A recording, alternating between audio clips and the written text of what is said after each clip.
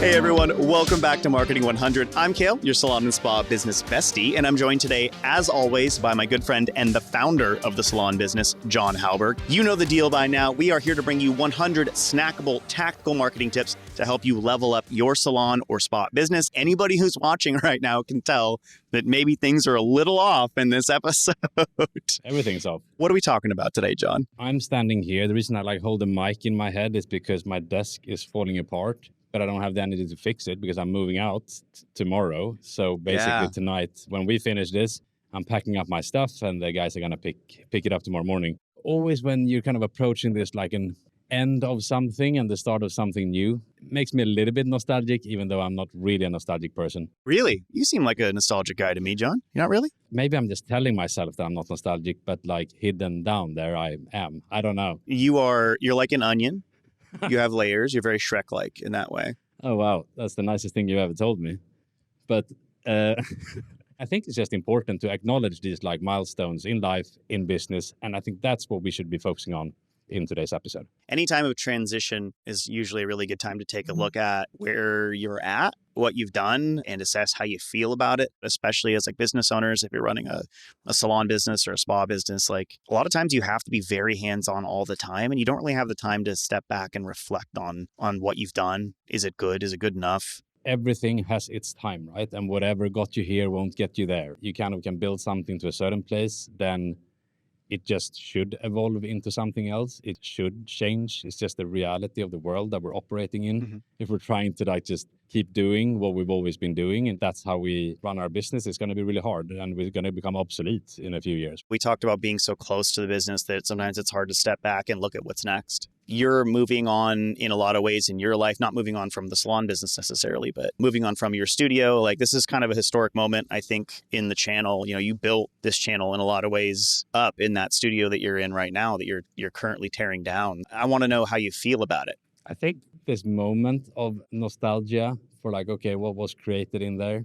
Again, I just come back to, I think everything has its time to move on. It's time for the next thing. And I'm more excited for the new. I think for a lot of businesses, like the next step is sort of, you know, I've built up my business. It's running smoothly. It's generating revenue. I don't have to be in the salon or the spa 5 days a week. What's that next step look like? Do I want to sell the business? Maybe it's in a spot where I could sell it and somebody else could take it over, and maybe I want to start something new, a new brand or a new venture. And I know, John, you can relate to that too, because, you know, it was a few years ago now that you were approached with an opportunity to sell the salon business. I do get questions on this topic from business owners, right, who are considering selling, and like, how does that even work? I was not at all in a position to sell the salon business. That was not on the radar whatsoever. I had just been able to take the business, you know, off the ground, and it was doing well. And I had a ton of ideas for like how we would grow this further. And then I did get exposed to Mangomint, and even just like experiencing Mangomint, what it was like, the product itself. It was so clear that this is really something different. These guys have understood something. And then also like engaging with the team at Mangomint. Flew over to London because Daniel was there on a holiday, who's the CEO of Mangomint. We went out one night, just spent some time together and just talking about what we could be doing more together. It's just one of those moments when like the stars align kind of thing. And it's just like, this is best for everyone who is involved in this in one way or another, is to bring this together. You know, I came into the salon business, you brought me in a couple years ago now, but the salon business had been around for a couple years before that. I still remember the first episode we shot together. We've gone a long way since then.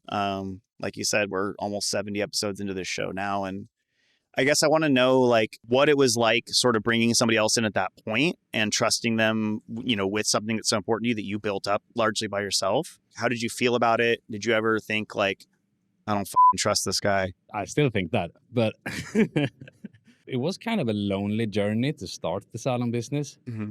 Creating everything myself from scratch and like working through all the hurdles that comes with that. What will I look like if I fail? What will I look like if I win? You know, all these like emotions and stuff that is like up and down that you go through when you start a business. That was the exact same with the salon business that really started with a laptop and me, right? So I think when we got to the point that like you came on board and we started to do this together, and now you honestly leading a lot of what we do here today, it just felt very natural.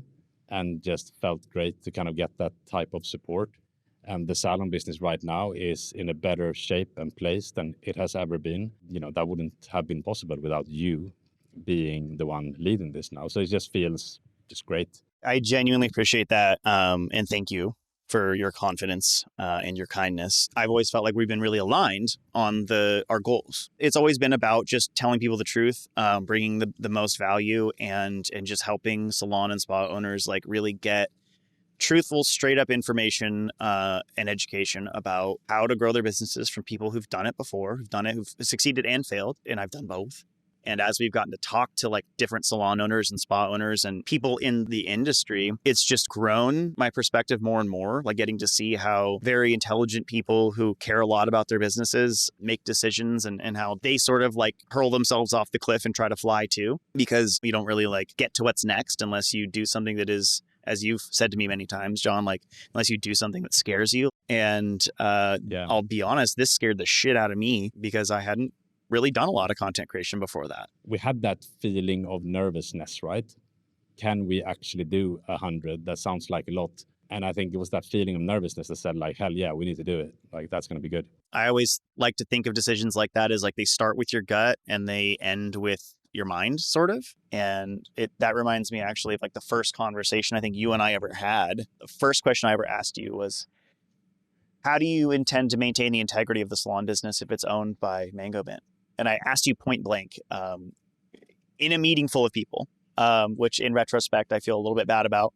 But the reason why I asked is because like, as somebody who has a love for content creation and a love for independent media where people are just creating something they're passionate about and they're trying to provide value, a lot of times it can be viewed as like selling out when a business gets acquired, or enters under the umbrella of another company. Do you remember that conversation, John? Yeah, it was one of the first calls, like an all company call. I think the problem I have with your question, or like the problem I have with you. No, I'm just kidding. No, but let's get it out there. Yeah. No, the problem I have with kind of the question is also like the words for like selling a business. It has a lot of connotations. Sure. That are not the connotations that aligns with the emotions that I went through in this process. To me, like selling a business sounds like super transactional. Those emotions were never there with me. Like I had something going on that I was excited about. I saw the need for a resource like the salon business to provide grounded, good advice that is sort of based in like real things. And Agreed, not just random anecdotes. I wanted to fill that gap in the market. There was something to do there. I wasn't in the mind of, selling or like doing that with the business. I was in the mind of like, how can I make this bigger? And I was just like looking at all types of opportunities of partnerships and things everywhere.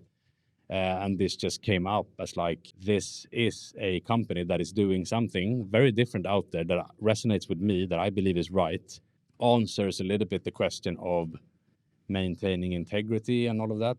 Yes, we need to do that.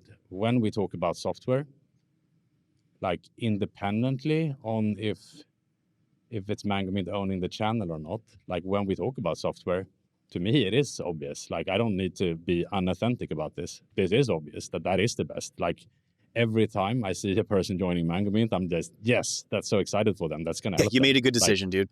Yeah, exactly. Yeah. No, but like, and we even say that too. Like, there's businesses that maybe Mangomint isn't a fit, right? If you don't have a team, like probably not. Probably like Lost Genius or something like that is what I would recommend instead, right? For solos, for sure, yeah. There is nothing that is not authentic about what we say here. Everything is like coming from an authentic place in every way or form, right? You are still very much so involved with the salon business, very heavily. And you still have a very active role in the creative direction and content creation and education elements of the brand. Your vision for the brand has always been one that's very forward thinking, very open to growth and change, and very committed to providing something of value. This is an educational platform. It's an educational resource. So it will always be that way. That's always going to be the goal for it. And I'm just really excited to share what's next with all of you, because I think you're really going to like it. If you have been following this and you have been getting value from what we're sharing, would love to have like your thoughts on how should we end this in a good way. If you have an idea or something that you would like to see, There's a little comment box below if you're watching this on YouTube. If you would like to tell us just how very handsome we are in the sunshine, or as the desk is falling apart in John's situation, go ahead, you can do that too. That's fine. We never get sick of that. Get subscribed. It's that little button down below. You're going to want to click that. There's a bell next to it. You're going to want to ring that shit. And we'll see you in the next episode.